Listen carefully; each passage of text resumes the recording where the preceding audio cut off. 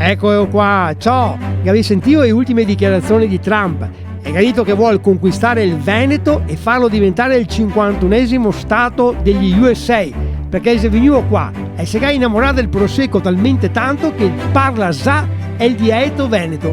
Ascolti cosa che hai detto quando che si andava in Cina. Saluto tutti, sono contento. Volte cinesi sei sempre più forti, però ultimamente copie massa. Per esempio, amico, ho fatto un muro contro i migranti e voi altri avete fatto una muraglia. Parliamo invece del vin.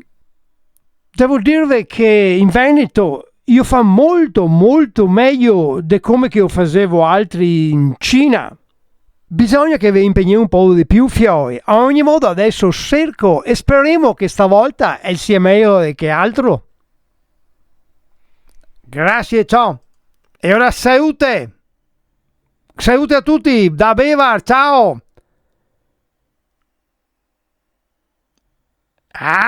Sa tappo.